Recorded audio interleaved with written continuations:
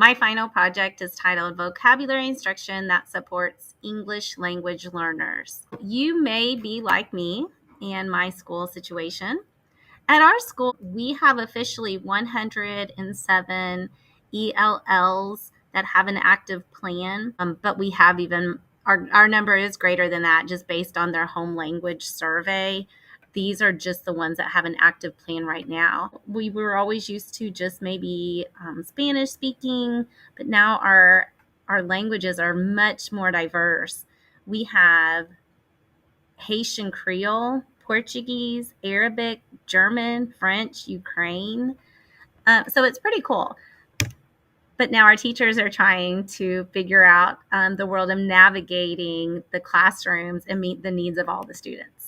How can teachers support English language learners in the classroom through vocabulary instruction? What is vocabulary? I really like this definition that I read in the vocabulary handbook that the text that we read in this course. Vocabulary is the knowledge of words and word meaning. As Stephen Stahl puts it, vocabulary knowledge is knowledge. The knowledge of a word not only implies the definition, but also implies how that word fits into the world. Vocabulary knowledge is not something that can ever be fully mastered. It is something that spans and deepens over the course of a lifetime. We know what vocabulary is, but why is it important? When we look at the simple view of reading, we know that reading equals word reading times language comprehension. And if one component is zero, then the ability to read is zero. But still, where does vocabulary fit in? Well, to see this, you can look at the Scarborough's reading rope, and it really just breaks it down. The rope is very complex and shows the complexity of reading and the complexity of language comprehension. Besides vocabulary, you see background knowledge, language structures, verbal reasoning, literacy knowledge, and that's just the language comprehension portion of the rope. So why English language learners and why vocabulary? The National Reading Panel found that vocabulary knowledge is correlated with reading comprehension, and English language learners' vocabulary skills lag behind their English-only speaking peers. And the National Literacy Panel on Language Minority Children and Youth found that although English language learners need to learn the same 5 critical areas of reading as English-only students, instruction needs to be adjusted. Hang on to that word, adjusted, to the English language learner's proficiency level in their instruction language and his or her cultural knowledge. So it doesn't say anything about we need new curriculums or that our curriculum doesn't work. It just says instruction needs to be adjusted. And the 5 critical areas of reading, just to remind you, are phonological awareness, letter knowledge, phonics, vocabulary, reading fluency, and reading comprehension. The National Literacy Panel's meta-analysis found that vocabulary instruction leads to gains in comprehension. So once we know that it's going to improve their comprehension, I reviewed 3 articles that were peer reviewed. The first one was Closing the Gap and Addressing These Vocabulary Needs. And it also agreed, all of them could be in agreement, that poor reading comprehension is due. One reason is low vocabulary. But I found it interesting that they point out in this article that 2% of words in a text, if they are unfamiliar, will block your comprehension. 2%. Some goals of the study was to test out the impact of vocabulary enrichment intervention. And they concluded that it was effective for both learners, not just for the English language learners, but for English-only learners as well. So that's a win for teachers. Another article was about vocabulary instruction for our English language learners. And in this article, they said that a vocabulary program should have 4 components. And those 4 components are rich language and word experiences, direct word teaching, instruction of word learning strategies, and word consciousness. And so under direct word teaching falls basic words in Tier 1. And Tier 1 words, it could just seem very basic. You would have just assumed that they sometimes know these words, but so many of our students that we're getting this year come without any English knowledge. So we're not only just working on the basic letters and sounds, but we're working on just basic vocabulary as well. And in this article, they say that you could teach these words through concrete. If they're concrete words, they could be taught by showing pictures or actions. And if they're abstract words, then they will require an explanation. This is another study that once again shows us the great results of vocabulary contributing to reading comprehension. They address that this English language learners are the fastest growing group in our schools.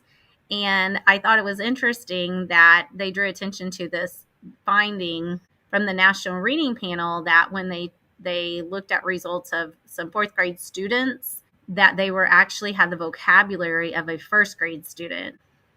But they did say explicit vocabulary instruction model, uses a variety of rich language and word awareness activities to increase vocabulary knowledge. So what can you do? Systematic explicit instruction works for English language learners in all grade levels. We can't just rely that they're going to pick it up. And the focus of my project are students in elementary. Who I really looked into and learned from that led this was the Elsa Cardenas Hagen's approach to teaching vocabulary and phonological awareness. It's effective. It can be used daily in your skills block, your intervention.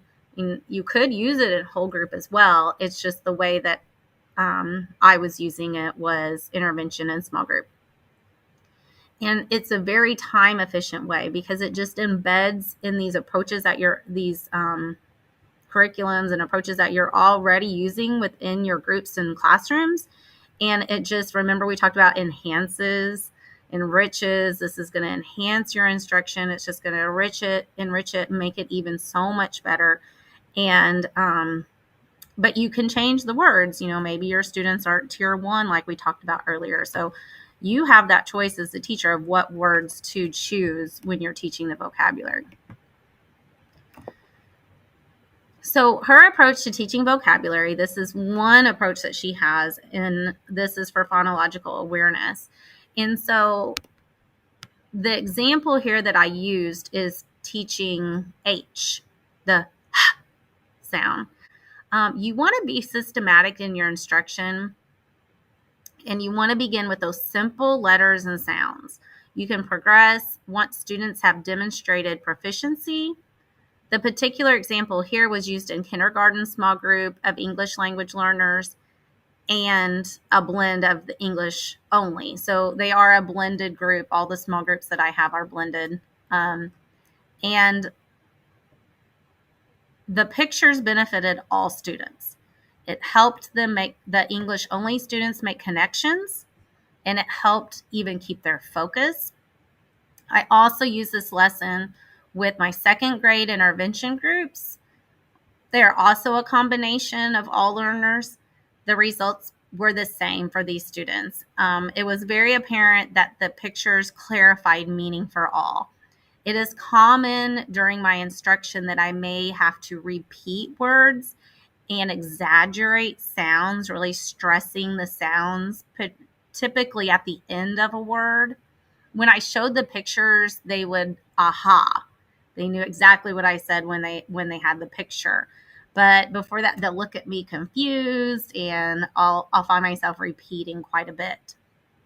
So several speak very little English, as I mentioned, and it helped them engage.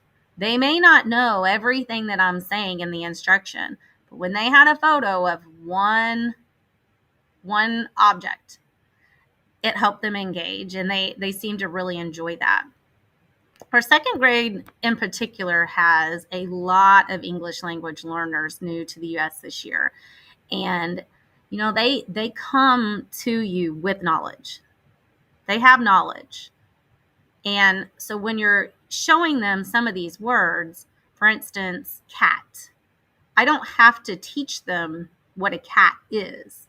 They already have the knowledge of what a cat is. They just don't have the English vocabulary word. So I'm just simply giving them the word. I do not, on this tier 1, I do not have to give them the meaning behind the word.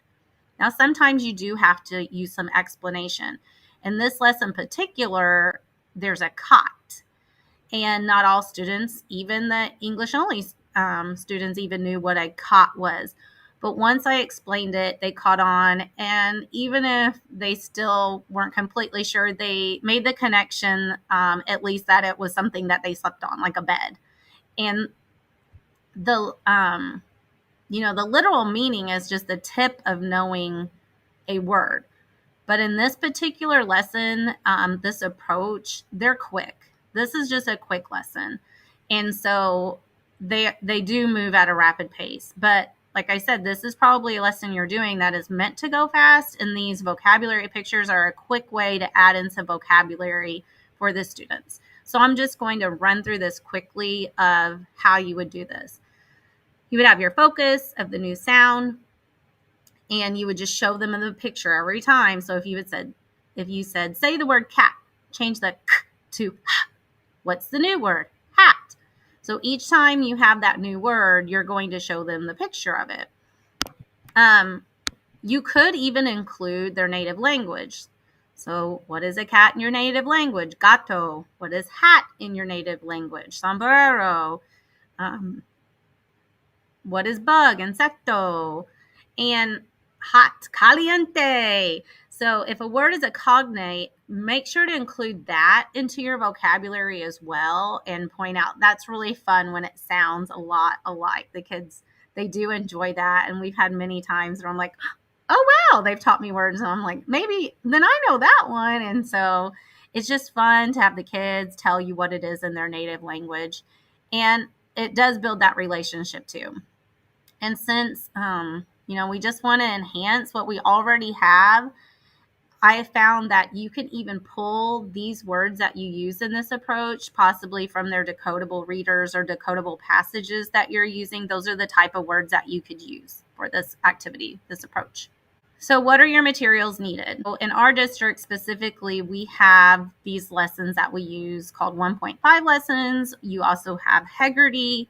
I'm sure whatever district you're in, you probably have something that you can follow possibly. If not, it's simple to pull the words that you want to work on. You could print the pictures, which I prefer, because then if you want to put them in any kind of pocket chart or display them in the room, have access to them, I think the printed pictures work best, but you could use slides. It just depends on your situation and the type of group that you're using this for. If you want to extend it, you could even have a writing assignment with it. They could write the words, they could move the letters and use magnetic letters for that. They could use blending boards. So here's some things to think about. Is this strategy something that you could easily use with your students? How would it affect the English only students in the classroom? Would it affect them? Would you use this for all students, or maybe just English language learners, or a blend? Is this something you could easily implement tomorrow? And as a teacher, we all like things that we can just grab and implement. And this was one of those. That's why it caught my attention. As soon as I learned about this one, this was something I quickly could just grab some pictures off the internet and start implementing. I listed some references and some additional references if you're interested.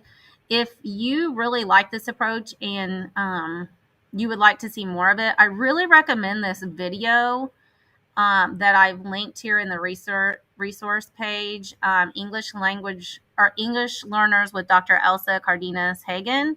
And it's on YouTube. It's about an hour long, but it's really worth it. And I've actually watched it multiple times and sent it to my principal and have talked to my coworkers about it too. So I hope you found this presentation useful. I know I've really enjoyed the project, and this has become a passion of mine, and I look forward to looking more into it. Thank you for listening.